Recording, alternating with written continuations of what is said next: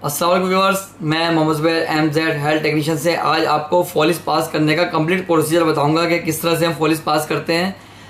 तो मेरे channel MZ health technician को लाइक करें, सब्सक्राइब करें, बेल आइकन दबाएं ताकि मेरी मज़ीद और वीडियो आपको मिलती रहे।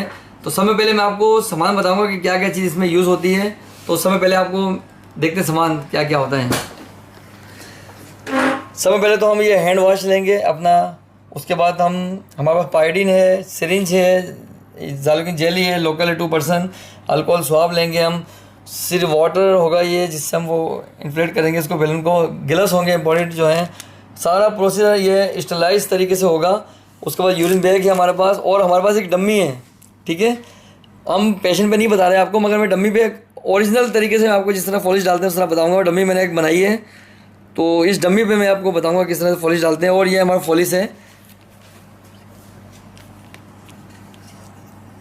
तो